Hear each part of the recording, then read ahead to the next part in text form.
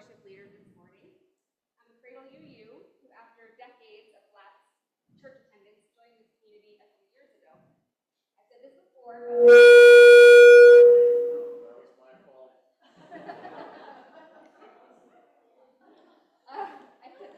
but my main motivation for coming back to church was to give my daughter a spiritual foundation in a religious tradition that aligns with our values. But what I found was a wonderful community for me too. I'd like to extend a special welcome to those who are joining us for the first time. We are very glad that you are here. If you haven't already stopped in, please visit the welcome desk in the foyer and pick up a name tag and a newcomer's packet. Our welcoming committee members have yellow name tags and can point you toward additional information. If you're joining us online, we'd ask you to fill out the newcomer form on the website so that we can be in touch to answer any questions that you might have. Meanwhile, our usual practice is to gather in community for coffee and conversation after the service, either downstairs in our fellowship hall or in our Zoom room. We want everyone to feel supported and at home here. So let's begin in that spirit by saying our words of welcome together. Whether this is your first Sunday with us, and whether you stroll home to run Thanksgiving, we are glad you chose to join us. We are one people with many beliefs, identities, origins, sexualities, and genders. All are welcome here. Now we'll take a moment to say hello across the technical divide. First, we're going to show the people joining us on Zoom. If you are at home, please turn on your camera. Now people at home, wave and say, Tatsmewi.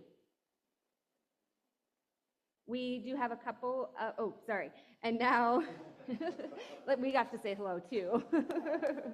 So now people in the congregation wave and say, Tatsmewi. We do have a couple of announcements. Following the service today, there will be a world premiere of the poetry gathered here on March 16th. And Ryan has an announcement.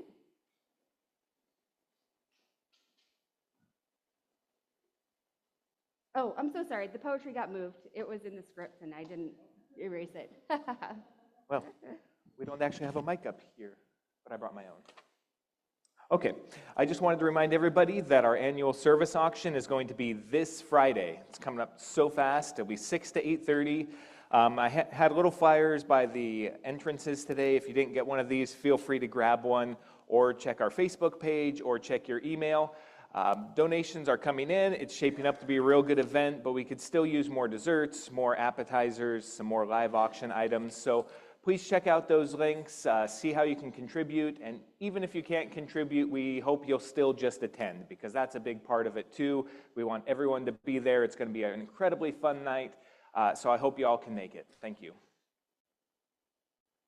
And then maybe you learned a little bit more about our church's support of Family Promise at the previous service, and we will be hosting Families Without Homes in our church from April 20th to April 27th.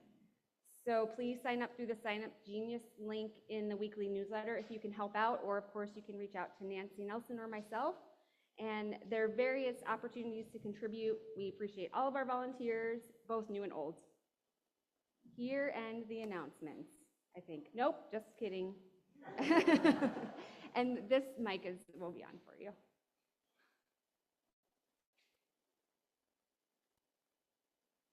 Many of you know, is it coming across? Hear me all right? I'm Archie George. I keep a lot of records on our fundraising activities and sometimes remind people to honor their pledges or make pledges. And as you also may know, we're having a final phase of our building fundraising. There were 4 goals that were aspirational when we decided to stay in place and add a big addition to the building. The first one that was very important to a number of members, and we included right away, was to have solar panels and to divest ourselves from fossil fuels. So we have heat pumps and we cut the line to natural gas. So this is a green building. The second one was to put in the balcony. And when we saw how much work that was, we're really glad we decided to do that and not wait till later, because there's huge beams in here and we replaced all the support structures, and it would have been very disruptive to have to come back and do that later. And the third one, because we were so successful, we finished the third floor where the boardroom is and a very important part of our building. The final that we're approaching now in this final phase is to finish the siding and do some more work on some of the external windows. And many of you may not know that we totally replaced the big sanctuary window, and it's really beautiful. It's got a nice flag in it. And so there's some more work on the windows to be done. And it'll help a lot with energy, because we're losing heat through that wet east side. So the goal is $350,000 on top of pledges that are already received. And that amount includes paying off the mortgage by the end of next year. And that's would be tremendous, because then we can spend the revenue we have on operations and salaries and the important functions, the mission of the church. So if you have any questions, there's more information on the website, and you can call me or Martha Schmidt or send an email. And Dave Nelson is also helping in this phase. So thank you very much. It's just been incredible to work with such generous people, and thank you very much.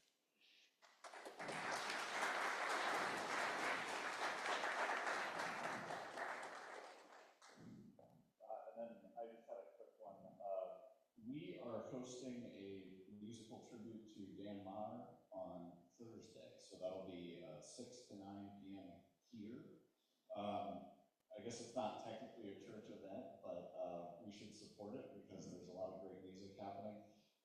Wes Waddell is going to be playing, and he'll also be kind of the MC for the evening. We also have Janet and Allison Anders. Frogtown is going to play. So is the Pond, the Chelseas, Potato Head, the Inland Harmony Chorus is going to perform, and then the Intentions. So it should be a great night. So that's this Thursday, 6 to 9. I know there's a lot of stuff competing for your attention this week, since it's Jazz Fest and Holy Week and the service auction. So if you can handle one more thing, this would be a really fun one.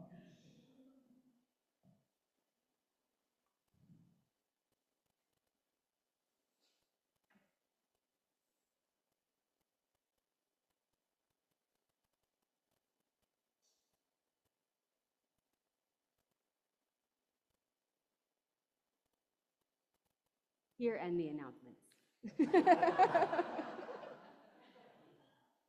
Itis wet, vitas.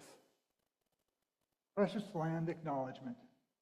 The land on which our church is built is part of the ancestral homeland of the Nimipu, the people, and mistakenly called the Nez Perce, pierced noses, by early French-speaking trappers and traders.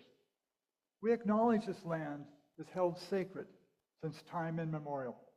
The land and its peoples have suffered immeasurable trauma brought by Euro-American society, and we seek to work with its resilient peoples to show respect and contribute to the healing and nurturing of Itis Vitas, this precious land.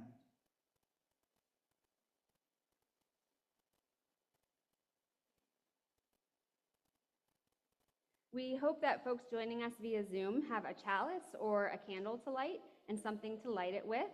Let's light our chalices together. Sophie here. Great. In the light of truth, oh, sorry. There we go. Truth and seek to share.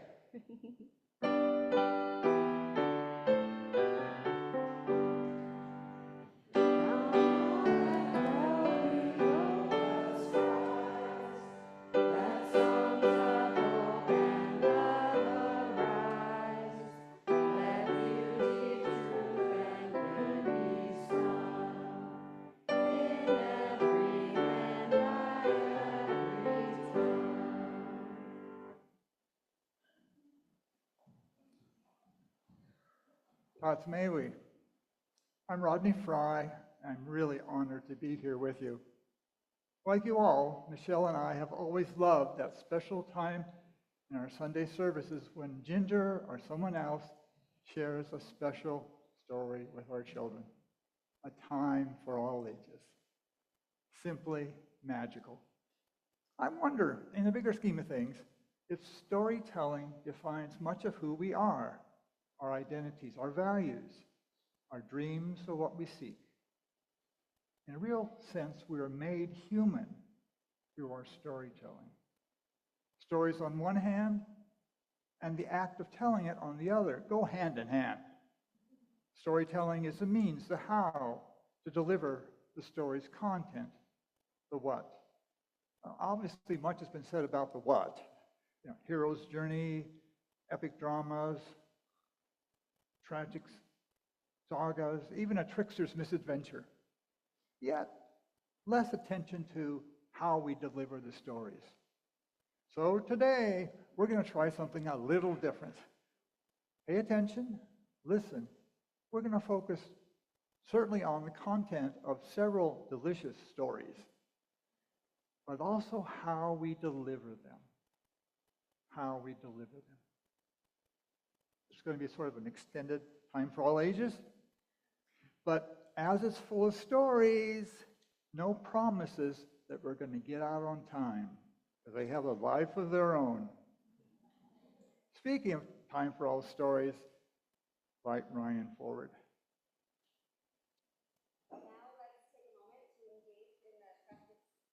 Now let's take a moment to engage in the practice of generosity together. For those of you able to make a financial contribution, the logistics are on your screen. We typically give away all of the cash from our Sunday offering to local charities whose missions align with our values, a program called Month of Sundays. This month, the recipient is Weekend Food for Kids, a collaboration between our congregation and the St. Mark's Episcopal Church. You may or may not know that the school district provides lunches for children who need food all summer long during the week. But some of those kids are going hungry over the weekend, so love pushed us into action. Each week, from the time school lets out until starts again in the fall, we distribute well over 100 bags of food to children in food insecure households. To donate, please indicate Month of Sundays on your check or from the online drop-down menu. In the spirit of love and for the continuing work of this church, we will now take some time to practice generosity together. And now, Oh, okay.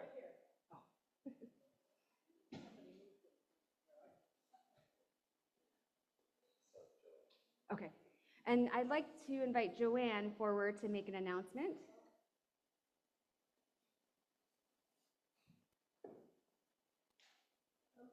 Everyone, I'm Joanne Medita. I came today because every time I watch on Zoom, you have joys and concerns, but I guess we're not doing that today. But I'm allowed to announce a joy, which is today is my 90th birthday. And since it came on a Sunday when I could be here, I thought that was a sign I should be here. But so that's my joy, that I'm still able to get around and to do things for the community and for myself. And of course, I also have a concern of the state of our community, our state, our country, the world. But you have to let the joy today come to the top. And when you get to be 90, you realize there are things you better say while you have time to say them. So my other candle today is a thank you to this congregation, because both as an individual, you've helped me many years, from 28 years ago when my grandchildren were born prematurely, to most recently when my husband was in his last days. And people are still bringing me soup. I'm not sure why, but I'm not asking why. And I think it's such a joy to know that we have this congregation, as you help individuals, but the whole congregation helps the community. And I just want to say one more thing, is that I watch on Zoom every Sunday. I don't know if you see me there, but I see you, and it's the brightest time of the day for me when they focus on the congregation, and I see all you people, and I know Unitarianism is alive and well. So thank you. Oh, yes. They told me there's some cake downstairs for myself and Sarah Hollop, and we'd like you to come down and join us.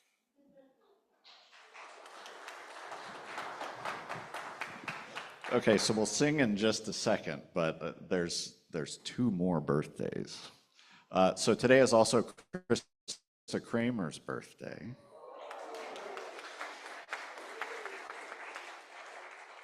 And then I don't know if she wanted me to announce this, but I ran into her at Myelina and noticed she was celebrating, but Sarah Hollop had a birthday as well this week. So I guess the question is, do we sing 3 happy birthdays, or do we sing 1 happy birthday and just sing it with great enthusiasm? Yeah, let's do 1. And so we'll do happy birthday, dear Joanne and Krista and Sarah. All right, does that sound good? Okay, we'll do it that way. Okay.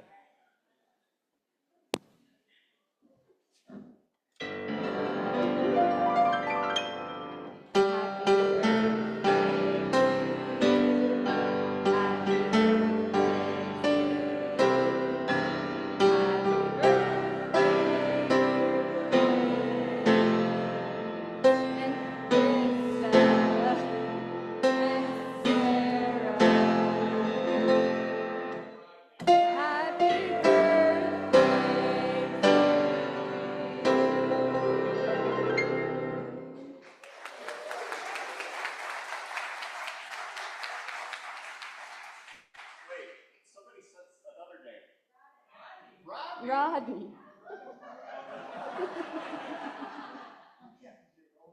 No.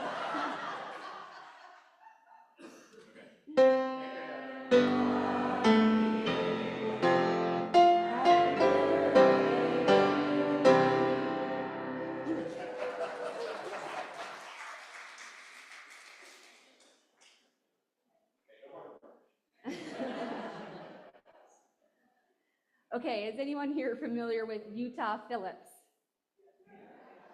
He was a man born in 1935, heavily influenced by the IWW and the Wobblies, fighting for labor protections for all in the early part of the 19th century, the 20th century. Utah Phillips was a storyteller who traveled with a guitar, reminding us of our shared history. And I had the great joy to listen to his stories up in Spokane, Washington, before he stopped traveling due to a heart condition and then eventually died in 2008. He was engaging and warm and clever and earnest, and he has some recordings of his stories, collections in the form of albums. I was first introduced to him by my favorite singer-songwriter, Ani DeFranco, and she and Phillips collaborated on a few albums together. And the following is a story that I learned from listening to him. Time is an enormous, long river, and we are standing in it. My elders were the tributaries, and everything they thought, every struggle they lived through, and everything they gave their lives to, and every song they created, and every poem that they laid down flows through me. And if I take the time to ask, and I take the time to seek, and I take the time to reach out, I can build that bridge between my world and theirs. I can reach down into that river and I can take out what I need for this world. Bridges, from my time to your time. Bridges, from our elders to our time. We all put into the river, we all let it flow, and it all flows away from us until it no longer holds our name or identity. It has its own utility, it has its own use, and people will take what they need and make it part of their lives. Bridges.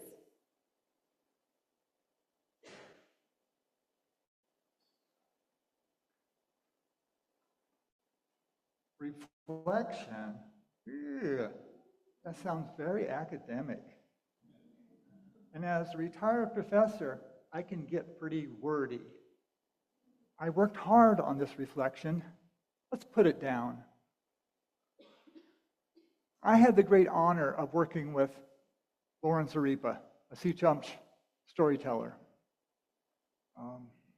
You might remember his favorite story I shared last October in honor of Indigenous Peoples Day. That was his. I had the great honor of working with him for over 10 years until his passing in 1998. He shared his favorite stories, Coyote and the Green Spot, Coyote and the Rock Monster, Cosichin, and of course, Four Smokes. I had the opportunity on many occasions that he would share those same stories, but to different audiences. There would be fourth graders at Worley, basically native. There would be fourth graders in the city of Coeur d'Alene, non-native. There would be adults, teachers at a curriculum workshop. And over the years, I began seeing those same stories slightly different, told each time, depending on the audience. Young kids, native, non-native, adults, intonation, word patterning, repetition, all these sort of techniques of telling from his oral tradition, allowing him to engage, align his words with them, inviting them in to become participants in his stories. Not observers, not listeners, but participants. That was always his goal.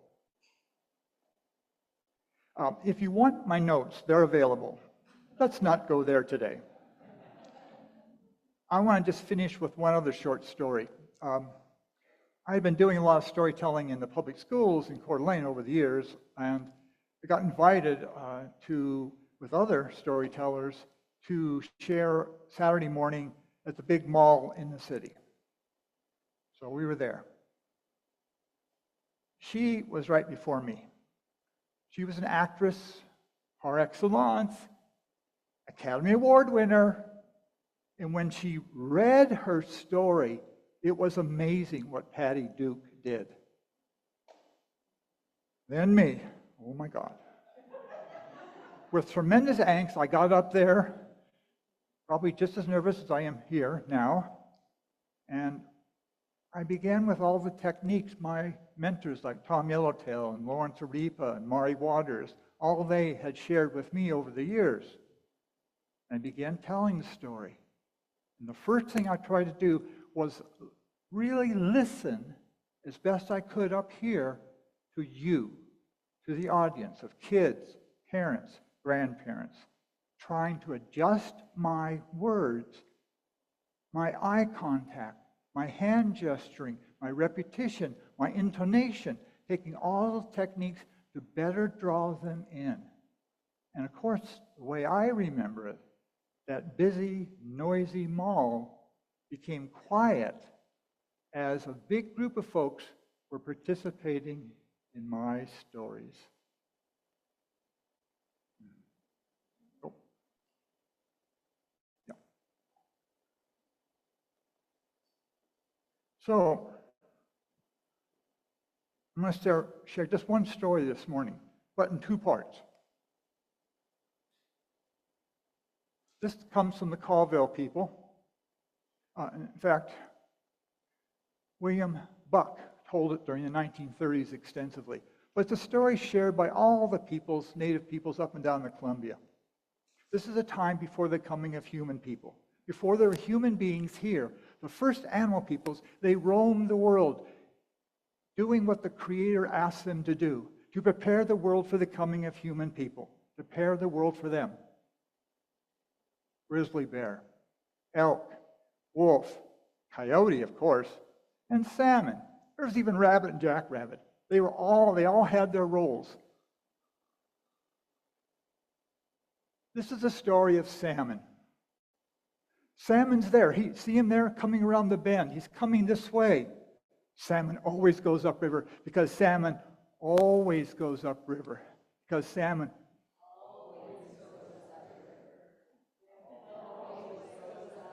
always going upriver. And he's coming along the bend here, and here's one of his younger brothers, Spider, working on a platform, a staging that hung over the big river so he can stand upon it, and with his dip net, a long pole and a net, grab a salmon.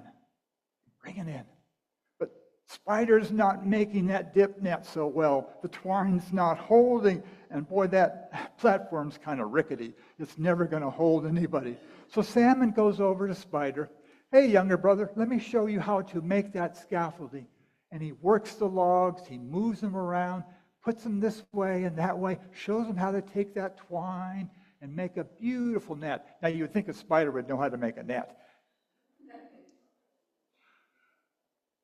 And Spider says, thank you.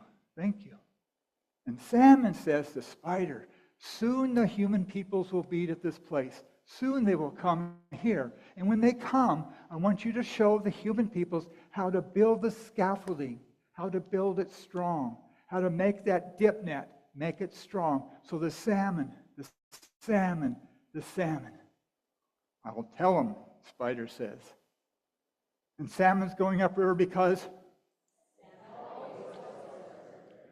Salmon's going upriver because? And he's going upriver.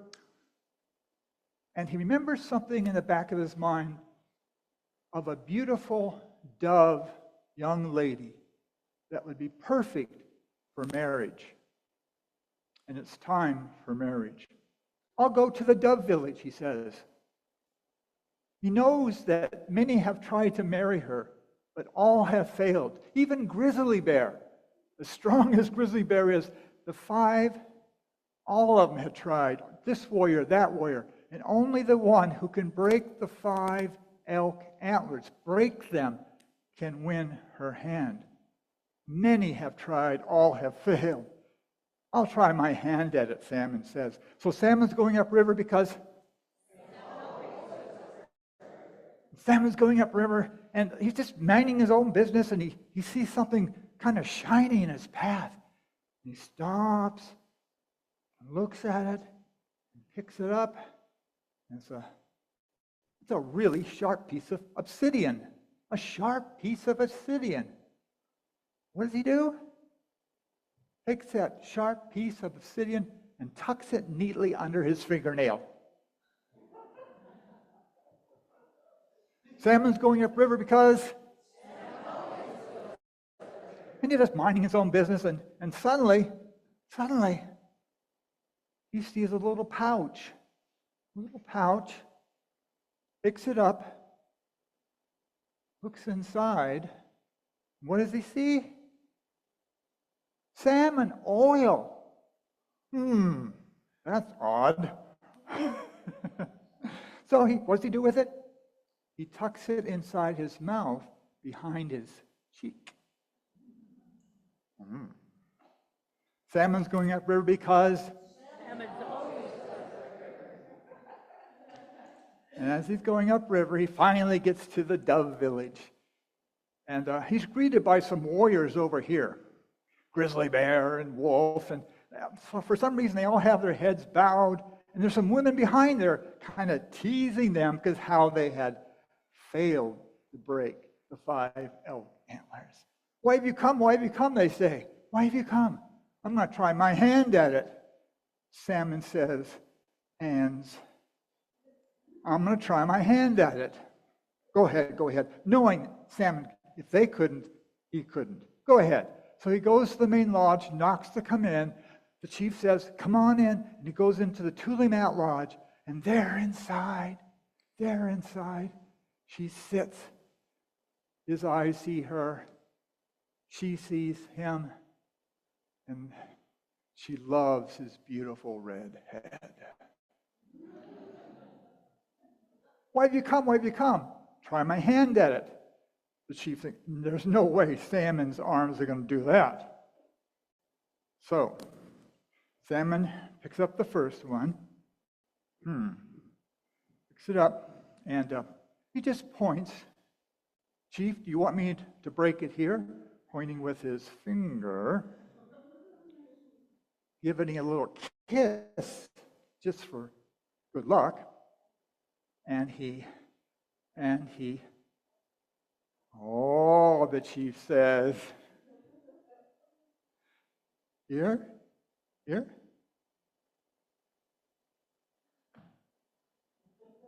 A little delayed reaction there.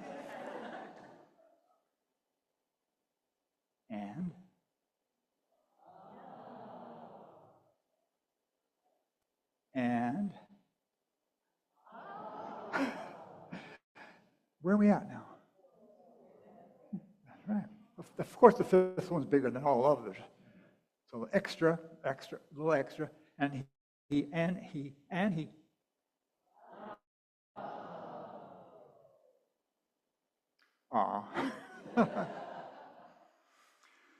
True to his word, the chief allows Salmon to marry his daughter. But he says, there'll be some outside that will become angry at us. I want you to close your eyes and hold tight to my belt. Hold tight.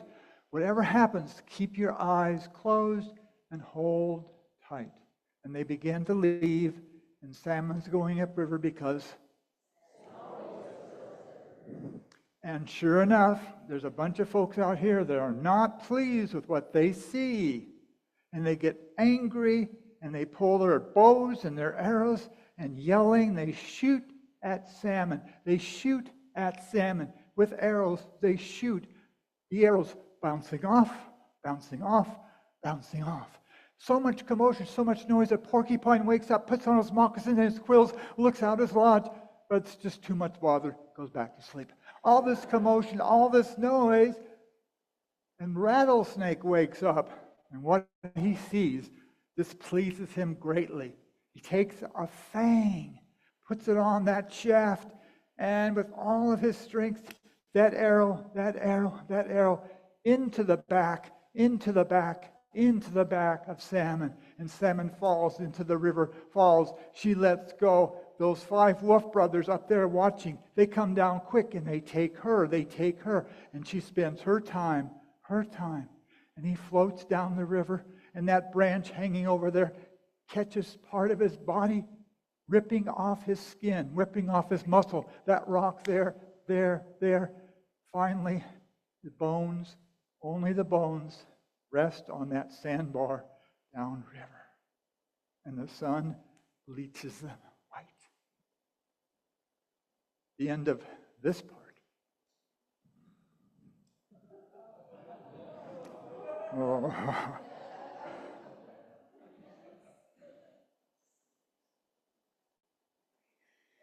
My father was a wonderful storyteller, is a wonderful storyteller, a great man, standing at 6'2", seemed even taller, and his deep voice carried without much effort at all. And he could have used his features to be intimidating, but instead he was a gentle man. And he could use his voice to be overpowering, but instead he listens more than he speaks. When I was a child, my dad would... Oh, it's green. Can you hear it? You can...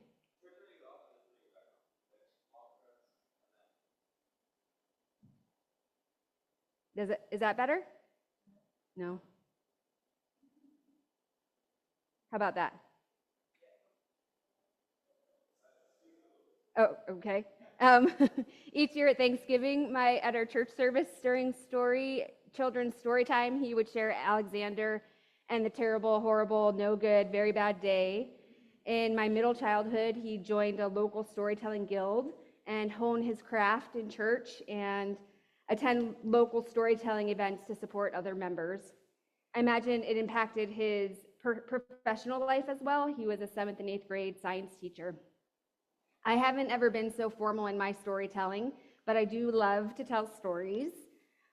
Usually they intend to impress, like the story of when my husband jumped from a rock face into the river to save a tube that was stuck in an eddy and ended up splitting open his shin.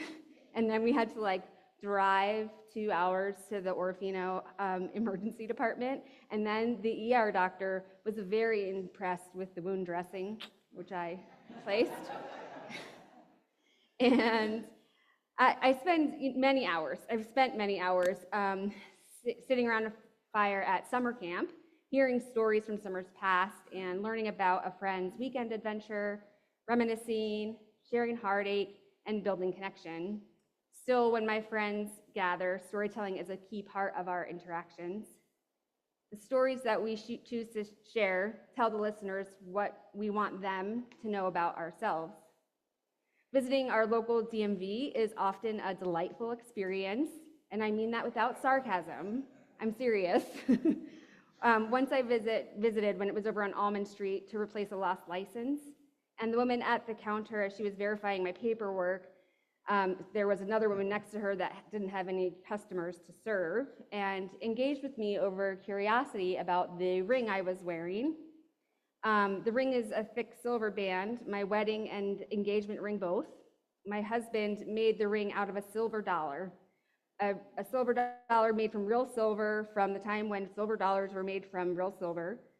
He took the silver dollar and placed it on its edge on a hammerhead, and then took a spoon and tapped on the edge of it, turning it until it got to the size of a ring that I had that he measured. And then he dremeled out the center of it and used that to propose.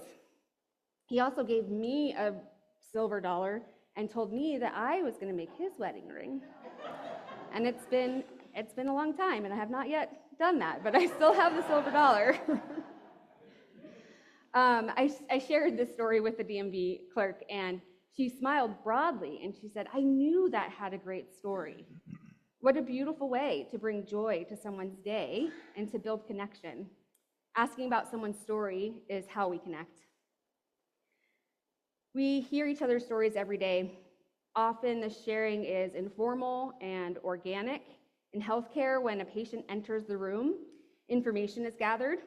Sure, there's vital signs and blood work and images, but the first thing that we do is ask about what's going on. And this part of the visit is literally called the history of the present illness. We need the story to shape the approach to diagnosis, to understand where the patient is coming from and what they're seeking from asking professional advice. So as you heard, I was a summer camp counselor.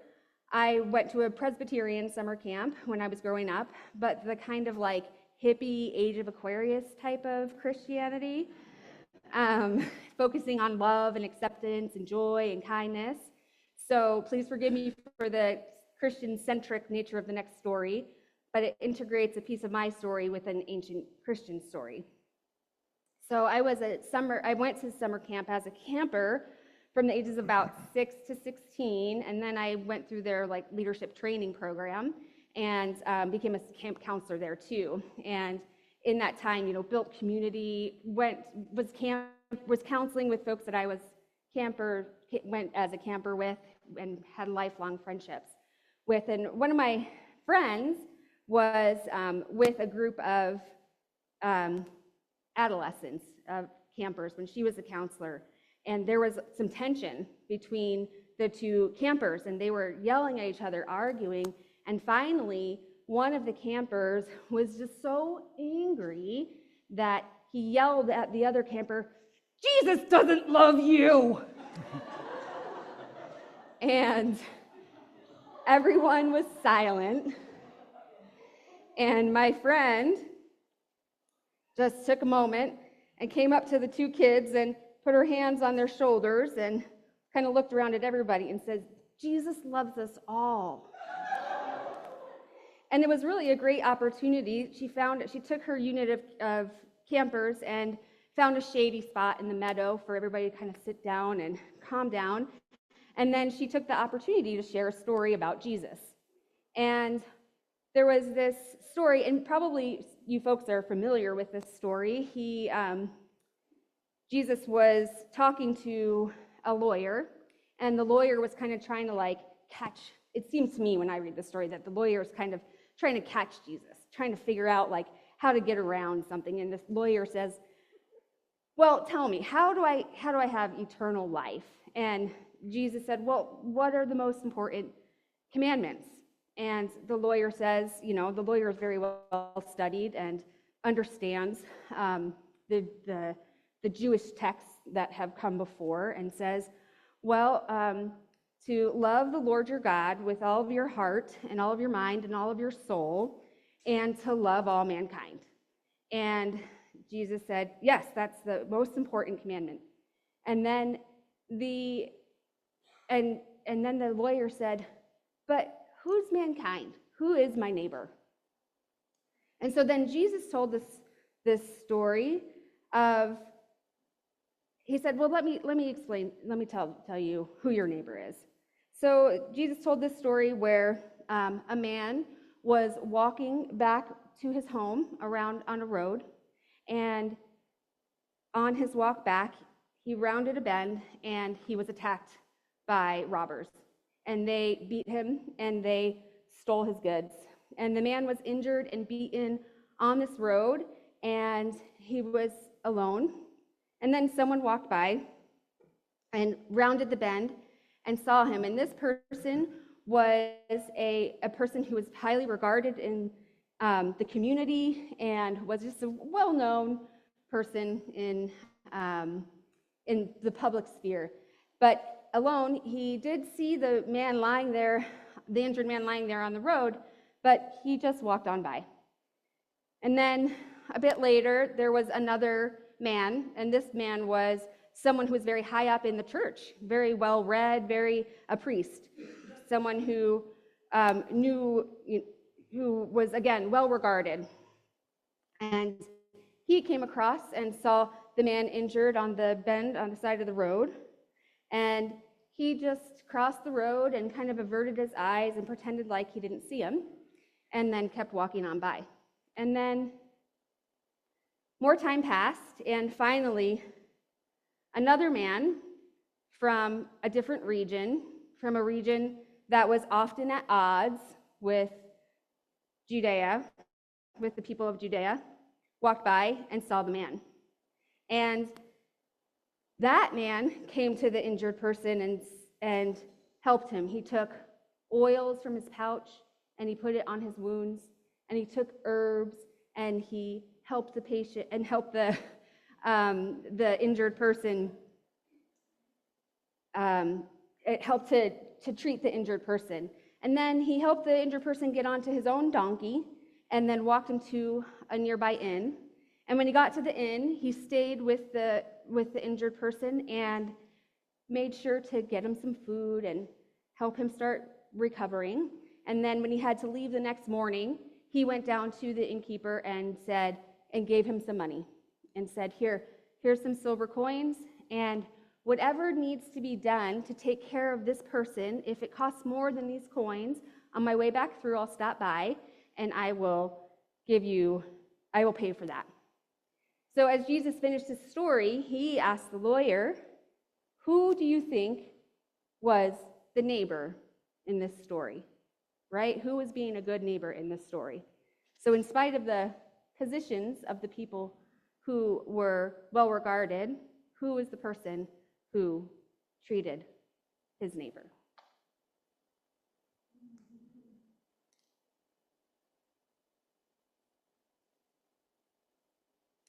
And now we are going to have Rob Ellie to lead us in a sea shanty.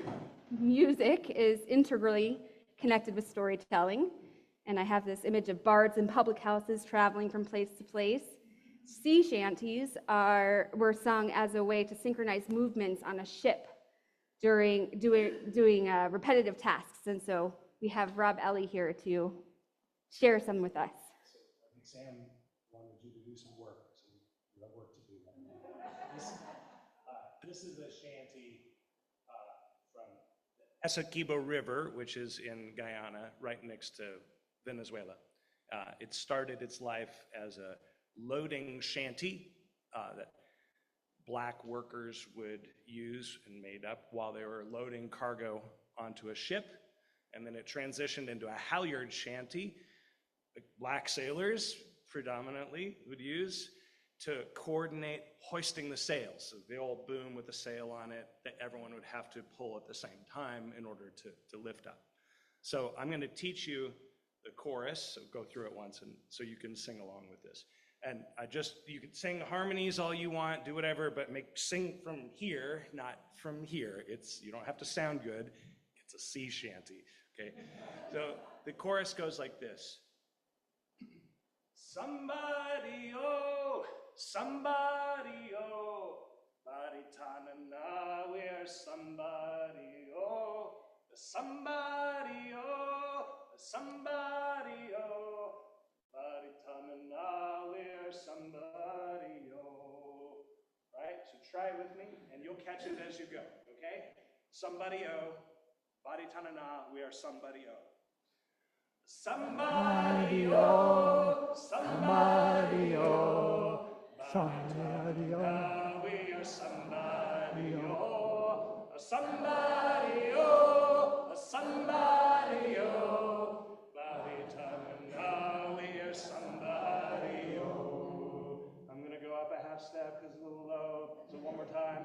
Somebody, oh, somebody, oh, Baritanana, we are somebody, oh, somebody, oh, somebody, oh, Baritanana, we are somebody, oh. Oh, Essequibo River is the king of all the rivers, Baritanana, we are somebody, oh. Essequibo River is the king of rivers all, Baritanana, we are somebody, oh, somebody, oh, somebody, oh, Baritanana, we are somebody, oh, somebody, oh, somebody, oh, Baritanana, we are somebody, oh.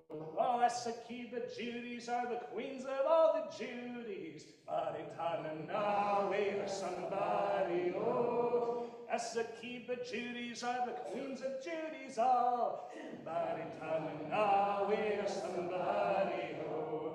Somebody, oh, somebody, oh, Baritanana, we are somebody, oh. Somebody, oh, somebody, oh, Baritanana, we are somebody, oh. Oh, Essequibo River is as muddy as can be, Baritanana, we are somebody, oh. Essequibo River as far as I can see, Baritanana, we are somebody, oh.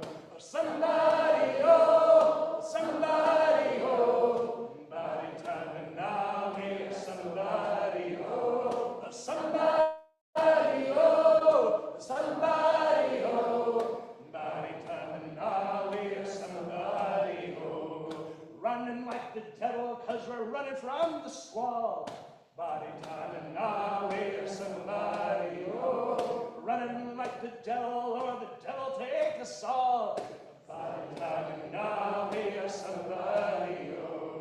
Somebody, oh, somebody, oh, Baritanana, we are somebody, oh. Somebody, oh, somebody, oh, Baritanana, we are somebody, oh. When we get to Georgetown, the sails will all come down, Baritanana, we are somebody, oh. Grab our silver dollars and go running around the town, Baritanana, we are somebody, oh.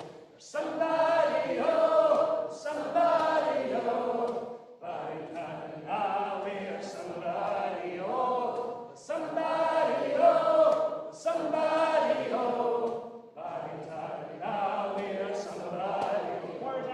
Somebody, oh, somebody, oh. Party time now, we are somebody, oh. Somebody, oh, somebody, oh. Party time now, we are somebody, oh. Nice.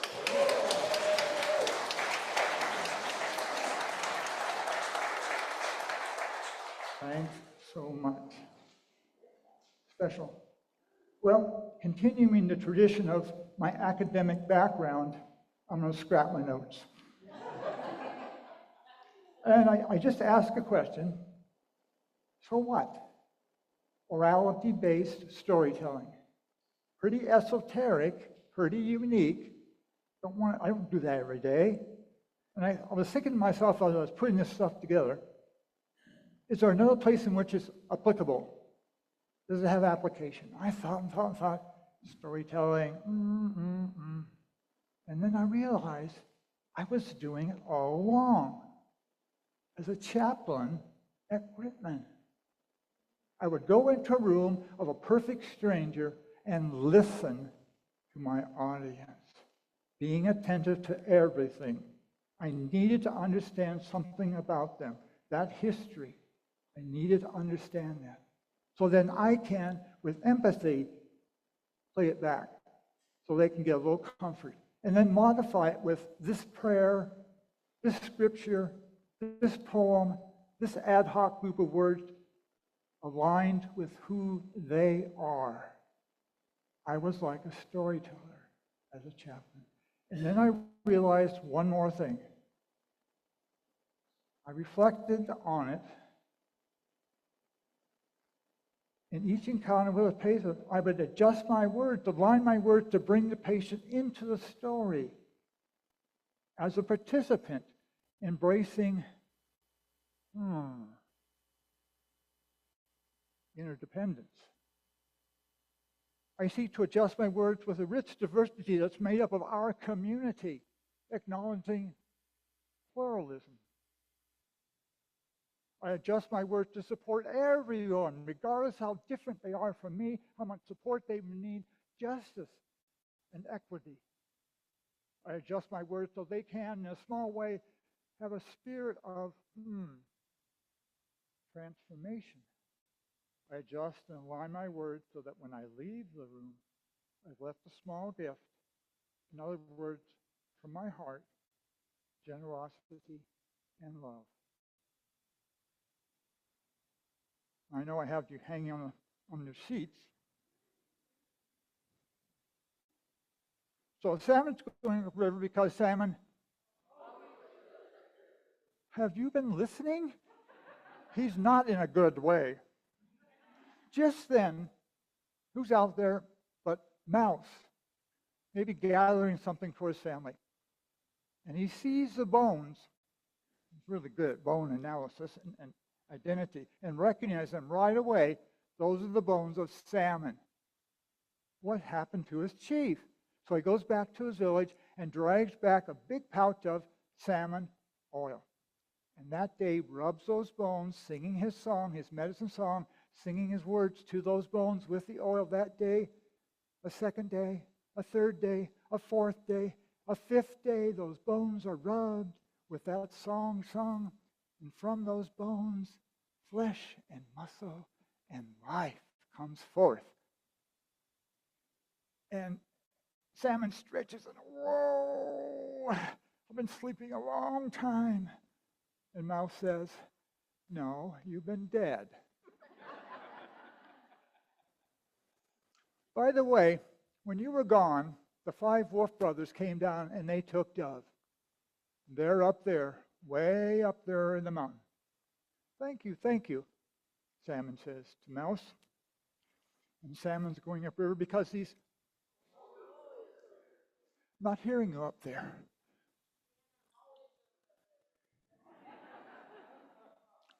And he's going along, just minding his own business, getting to that wolf little encampment way up in the hills. And he comes across a fellow standing there in the path with a 3-pronged spear. A 3-pronged spear. What are you doing? What are you doing? And the man says, nothing. What are you doing? What are you doing? And the man says, nothing. What are you doing? What are you doing? The man says, nothing. Well, that man with that 3-pronged spear jabs it into the arm of Salmon. And Salmon says, ouch, that hurts. And pulls it out and says, this is a fine-looking 3-pronged spear. And he says that soon the human peoples will come to this place. And when they come to this place, I want you to show them how to hunt the white fish with the 3-pronged spear. And Salmon's going upriver because headed for that wolf little encampment. And he's coming along, and he hears a voice singing from an old, dilapidated, worn-out Thule Lodge, the Thule. I killed Salmon, I killed Salmon. So proud of himself, so proud of himself. I killed Salmon. Gets a little closer. A twig breaks. The song changes. I'm so sad that Salmon's dead, so sad. But he had heard, and from his backpack, he pulls out a match, lights a fire, burns up that lodge, burns up rattlesnake inside. And from the skull of rattlesnake, little baby rattlesnake come out, and they start swimming around, and then Salmon takes some gourds and puts them on their tails and says that soon the human peoples will come to this place. And when they do, always warn them with a rattle before you strike. They'll be coming soon. Teach them this. And Salmon's going upriver. That's a long way to go because Salmon always. And he's finally coming there. But he's cautious. Those 5 wolf brothers can be very nasty. And so he sneaks around, looks into the village, and they're not to be seen. But there she is, spending her time, walking in. Her eyes glance up at his, hers, and she loves this beautiful red head. Absolutely. And he says, what is it that your husbands do when they come back from the hunt? What's the first thing they do? Well, they go down to that river there and they wash up. I want you to call in your husbands one at a time. Call them in one at a time. Start with the eldest. Call them in. You need them. I'll be down there. I'm hungry, I'm hungry, I'm hungry. And the eldest wolf brother comes down. I smell salmon. Couldn't be. He's dead. I'm not so sure. But goes down to wash up. A knife was pulled by Salmon, and soon the eldest wolf brother. I'm hungry, I'm hungry, I'm hungry. Next eldest comes. Can't be. Goes down. A knife is pulled. I'm hungry, I'm hungry, I'm hungry. Can't be. Salmon's dead. Not so sure. Knife. I'm hungry, I'm hungry, I'm hungry. Can't be. There we have. Good. Just testing. I'm hungry, I'm hungry, I'm hungry. And so the youngest one comes in. I smell salmon. Can't be. Salmon's dead. I'm not so sure. Goes down to the river. Knife is pulled. And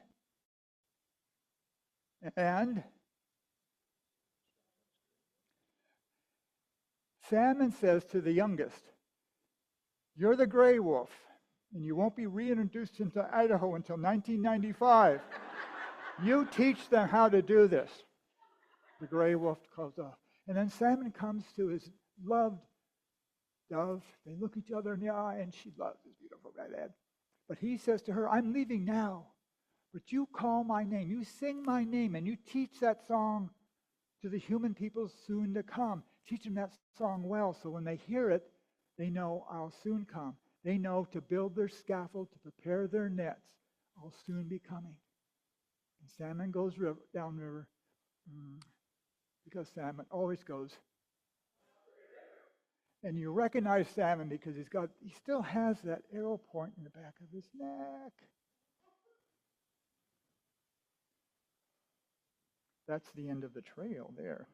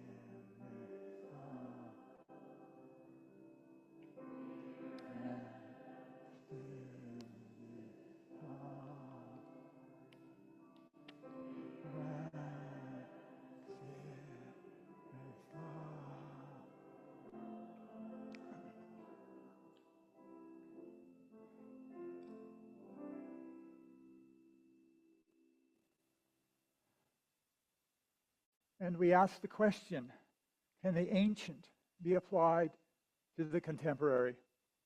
I wonder if it's as simple as us going out and doing some orality-based storytelling in our communication, i.e. making it simple, real simple, of listening first, deeply being attentive to the other, coming to know them so well before and during our speaking, of listening as we speak.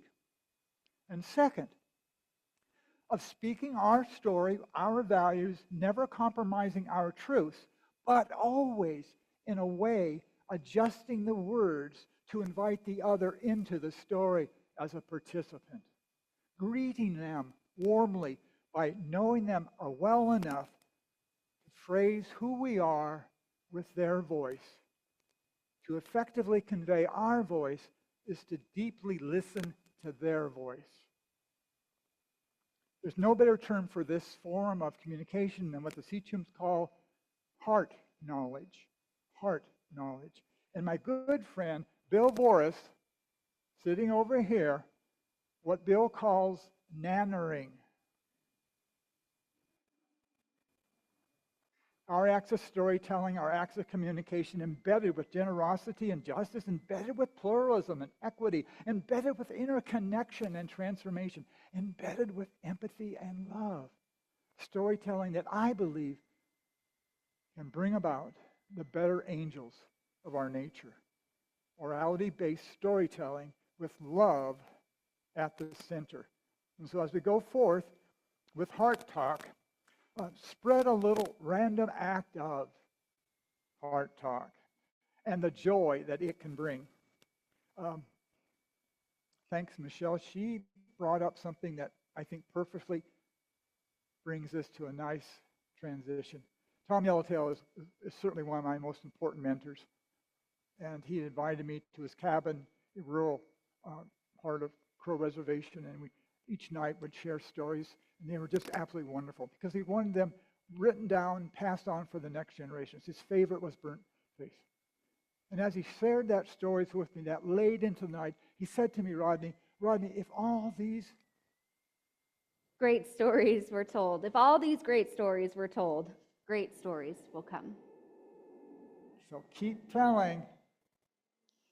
Thank you. And please join us with the words to extinguish our chalice. Extinguish this chalice, that it might go gently in our hearts. May it light our paths as we leave this place, and may it guide our way until we are together again. And please join us for telling stories and hearing stories at coffee hour in the fellowship hall.